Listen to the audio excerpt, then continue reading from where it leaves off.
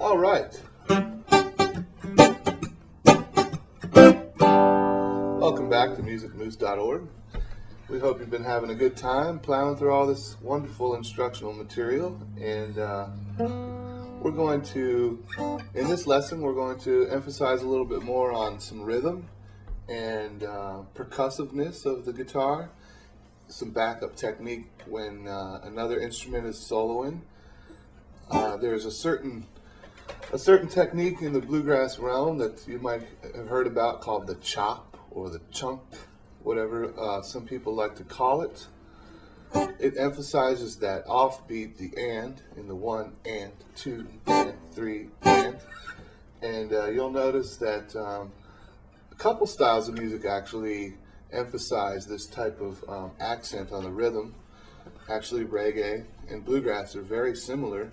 If you slowed bluegrass down and played it kind of reggae style, you'll notice that that off time chop is kind of the same.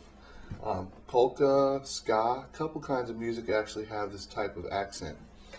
So we do like to explain these kind of things about, really, when it comes down to it, how music is music, and it's just been given different labels depending upon what different type of styles have emerged from music theory.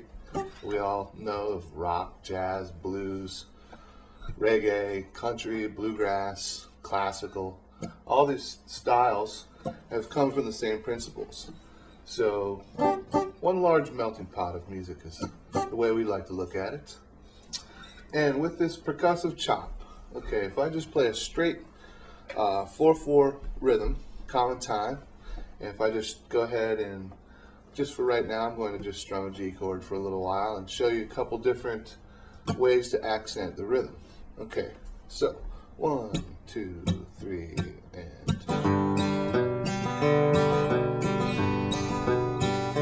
See, I'm doing a 1 and 2 and 1 and 2 and 3 and 4 and 1. That's one pretty basic style of getting a good, strong rhythm going.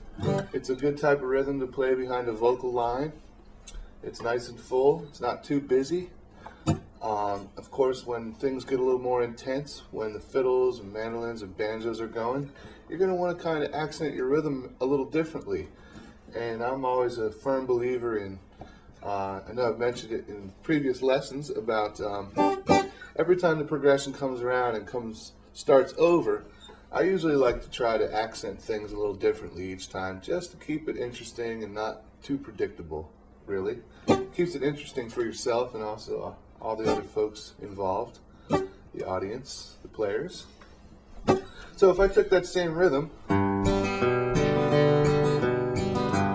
just pretend there's a vocal over this, and now it's going to be the banjo's lead break.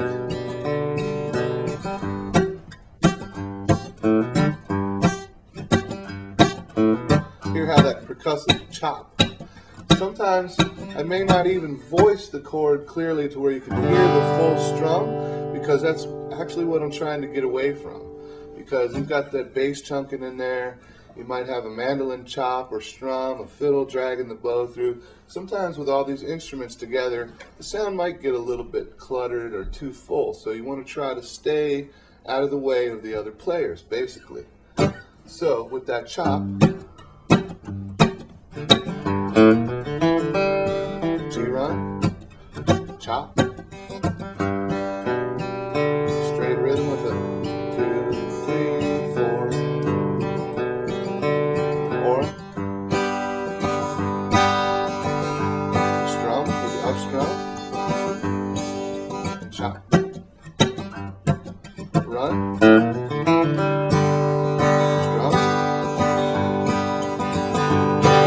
You can see right there 3 or 4 different examples in a row mixed together of the rhythm of the guitar, and like we were mentioning, how you can chop a little bit behind a solo or play a nice straight full rhythm behind a vocal.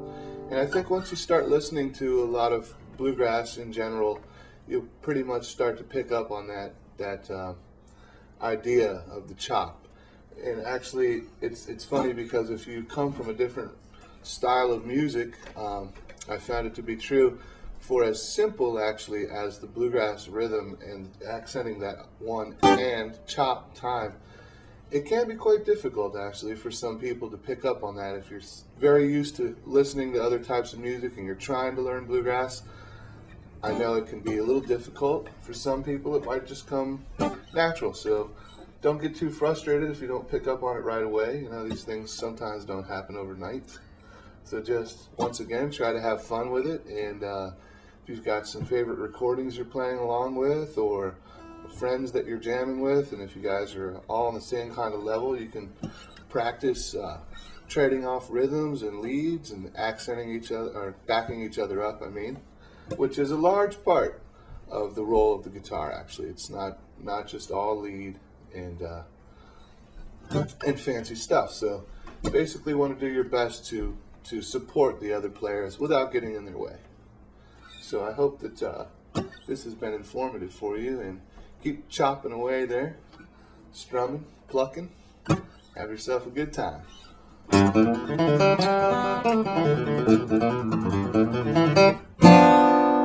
Thanks for stopping by, friends. We'll see you next time here at Music Moose.